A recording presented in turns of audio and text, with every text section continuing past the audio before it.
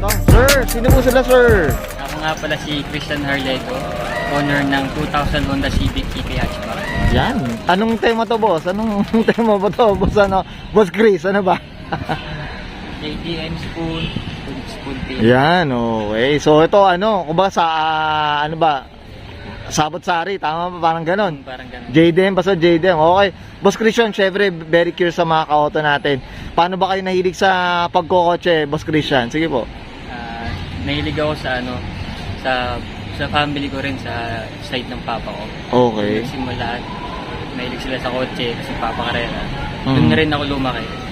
So yun, ito, mahilig na. Nag-a-addict na, Boss Christian. Boss Christian, ito personal question, boss. Ilang taon na po ba si Sir Christian po? Sige po. 20 years old. 20. Aba, tumatanda na rin talaga si Auto Culture, mga ka-auto. Sana 20 rin tayo at nakaginata na tayong auto. Tingnan nyo naman, mga ka-auto. Diyos ko, 20 years old. Aba, parang feeling ko nagko-commit lang yata ako nung time na yun. Boss Christian, okay lang ba? Check na natin itong interior, exterior, tsaka engine bay. Okay lang ba, boss? Okay na, okay. So, tara, samahan niyo po ako. So, tara. Usapang interior tayo. Anong meron dito, boss? Sige po. Ayan. EK9 interior. Okay. Tapos, EK9 interior. So, itong nasa rear seat, boss. Ito sa pang EK9 na to. tsaka rear sidings. Okay. Yan. Ito, flex lang natin. Okay. Yan. Ito, boss. Sa upuan, boss. Mukhang ano to. Ang type ko tong upuan mo, boss. Pag nagsawa ka, ha? Oh. Naka-ano siya, bucket seat na ICB Japan. ICB Tapos Japan. Kevlar likod. Okay. Tapos naka-ranging siya ng Okay. PCI. Oo nga, no? Car Innovation. Yan. Okay. So, ito, binili niya pa na ng hiwalay ang ano? Railing niya. Okay, no? Diyos ko. Sa akin, fabricate mo na lang, sir. Tama, Boss Christian. Ito, boss, ang daming bakal dito, boss. Anong meron dito, sir? Sige, Ito, boss. naka-shifter na K-tune. Okay. 6-speed na Duracon na spoon. Okay. Tapos ito, naka-2 din tayo Type R. Tuto na yan, no? Tapos steering wheel, Gen 3, spoon. Tapos naka-works belt tayo ng quick release. Okay, yan. Mga auto. Flex lang natin. Works belt. Daming items dito. Manghihingi tayo dito kay Sir Christian. Tama. Ito, boss. Turig na sunroof. Okay, ayan.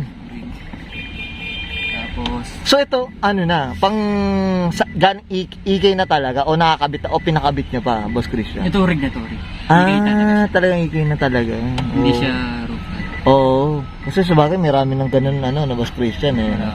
So Okay. ito, naka-spoon tayo na rear view mirror. Ayan, no? Tapos ito, naka-gauge natin, fuel Ito. tech. Ayun na rin yung ECU. Ito, dito ka na. All in siya lahat. All in na. So, kumbaga, ano na, minimalist yung datingan, Wala, diba? wala ka ng box dito. Wala nang box. Siya na mismo. So, yung box mo dito, dyan mismo, Boss Chris, nandito na rin. Lahat na, siya na mismo. Siya yung ECU. Siya na rin yung gauge, lahat nandiyan. Okay. At least ano yun, no? Mas less yung ano, no? Kuryente. Kumbaga yung mga ano, no? Mga cable, mga ganun, diba? Okay, ito. Magkano yung mga ganito, Boss Christian? Curious lang si Auto Culture, boss. Sige. Inabot siya ng 150. 150. 150. Ito, mura lang pala. 150 lang pala mga 150,000, boss. Oo. Grabe. Sige, mukhang mas gusto ko pa rin yung may box, boss, eh. Tama, Boss Christian. Ayan, ito, boss. Meron ka pa dyang, ano, may bakal ka pa dyan. Ano ba yung nandyan sa, ano? Ayan na lang siya. Carving na ano lang. Ang Parang fortress lang, ano, no? Yeah. Ganda type ko yan. Makapagkabit nga rin. Okay. As Type R pedals. Ito, type R pedals. Tapos naka-dead pedal din na Type R. Ito, type R din to. Na footrest, no? Ayun, grabe. Type, okay. Ano pa, boss, dito? Ano pa bang mga naikabit ito? Napansin ko yung carpet niya, ano na, type R na rin. Type R tsaka mating Type R din. Ayan, no? Nakaka-auto. Ay, ngayon lang, first time ako makaka-auto na, naka-engrave pala, no? Yun pala yung, ano, no?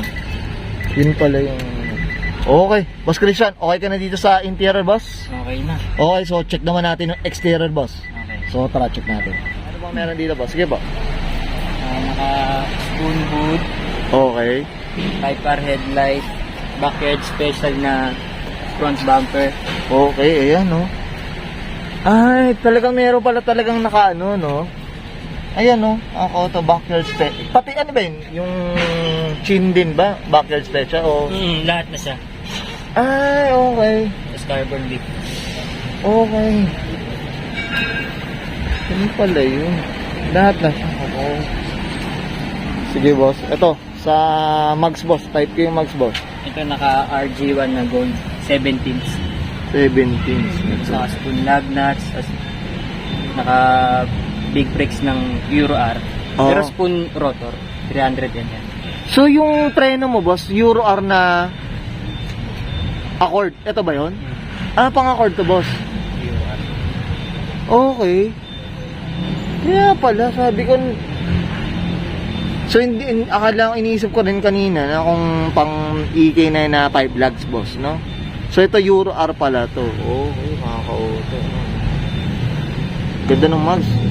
RG to, boss, ba? RG1 gold. RG1. Okay. Ganda. Type ko to. Mga panahon ko to. Ito yung mga kaputukan na ito. Saka clear tail light Clear taillights. na check light. Okay. Okay, no? Grabe. Okay. Ito, boss, mga spoon, boss, no? Ito naka spoon side mirror na Gentry, motorized. Motorized na. Okay, yan. Sana. Kailan ba tayo magkakaroon ng ganyan? Boss Chris. Okay, boss, dito. Sa likod naman, ito. Ito yung preno nito. Anong galing preno? EK9. EK9. Ah, ito yung pang EK9. Ito yung EK9 naman. Pero EK9 din siya yung harap. Pero pinabit lang siya ng na caliper na malaki.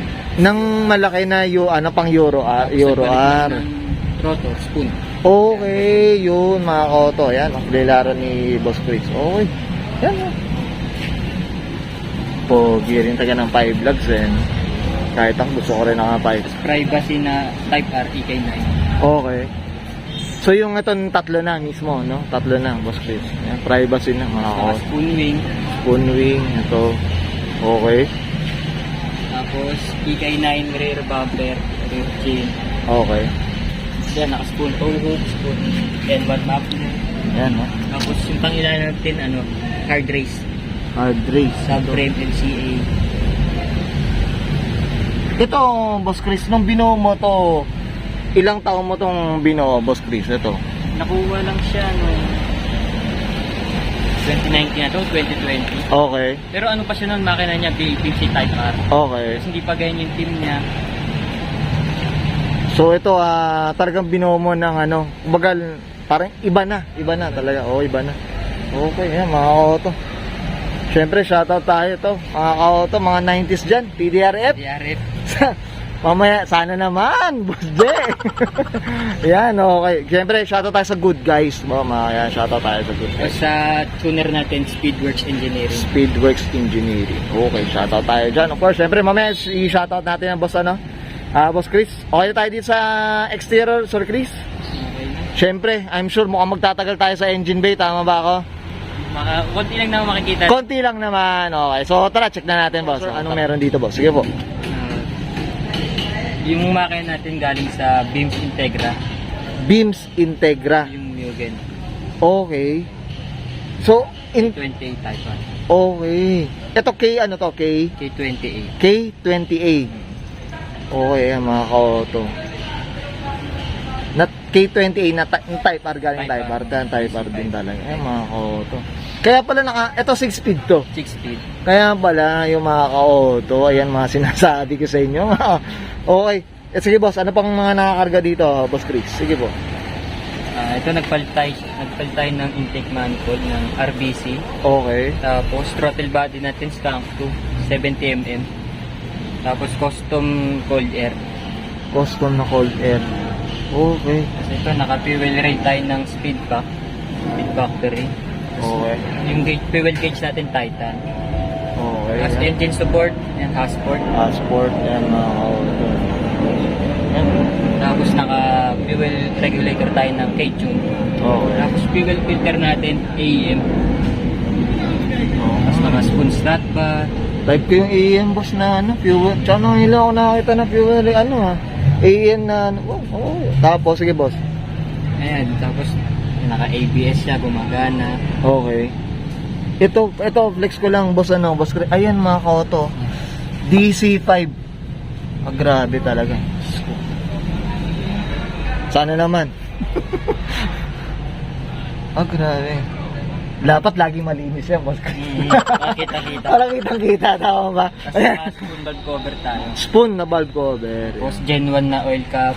Tapos Speed Factory titanium na Okay. bolt. Itong valve cover mo mismo na dilaw, spoon to. Spoon. Okay. Tapos plug cover, spoon. Okay. Tapos naka-hood damper tayo ng NRG. Hold damper. Tapos quick release hood, naka-ano siya. H1 po.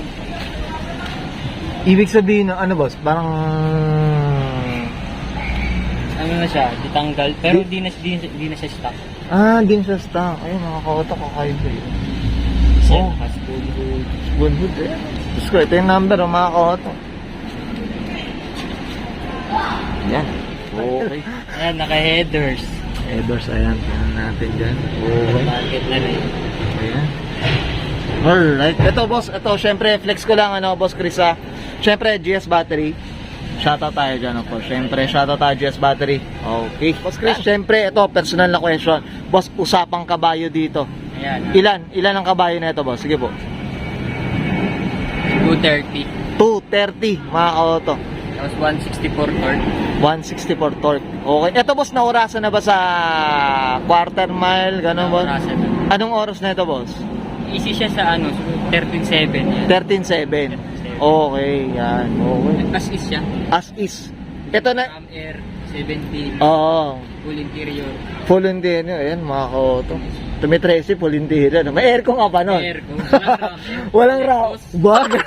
Kumbaga relax ka lang. Relax lang, sasakay ka lang. Sasakay ka lang.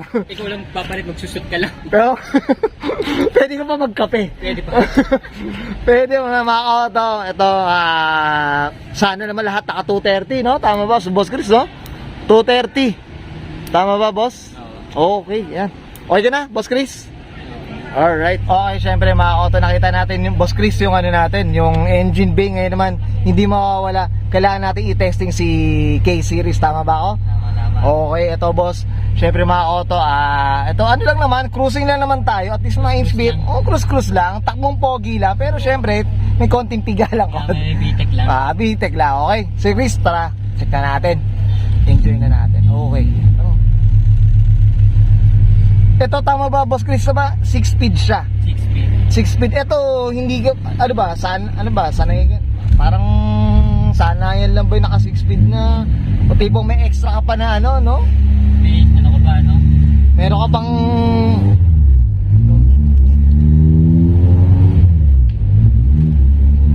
ganda tumakbo, no? Ayan mga ka-auto. Ito, tama ba Boss Chris? Pag yung K-Series pa, hindi ba mahirap itono? Ano ba? Hindi naman. Okay. Nice lang. Okay. Yan. Parang B-series pa. Parang B-Series lang din talaga siya. Na tipong medyo mas modelo ba, no? Yan mga ka-auto. Ito, flex lang natin yung yung sinasabi niyang lahat nandyan, ha? Sarap mga ka-auto. Parang na-inlove din ulit ako sa EK9. Nakasakay na si Otto. Ito mga Otto, first time natin makasakay ng EK hatch na natapos K-Series, tama ba Boss Chris? Yan, okay. Ang pogi na ito ni Boss Chris, oh. Let's go. Mga Otto, kahit wala tayong paligo dito, okay lang oh. Ayan oh, mga Otto. Ito boss, nasagad mo na to. Nung karera. Ikaw ang hinete nito. Ako nakasakay eh. Ikaw nakasakay. Yun, okay. Okay. Okay, ito.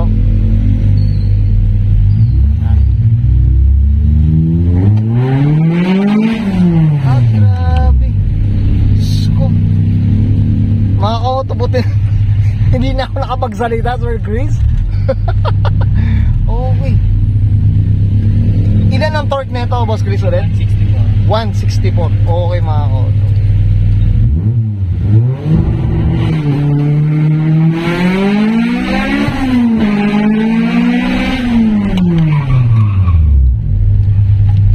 Grabe. Sko. Buti na lang naka 5 vlogs. Sa big breaks, buti na lang mga sir. Grabe oh.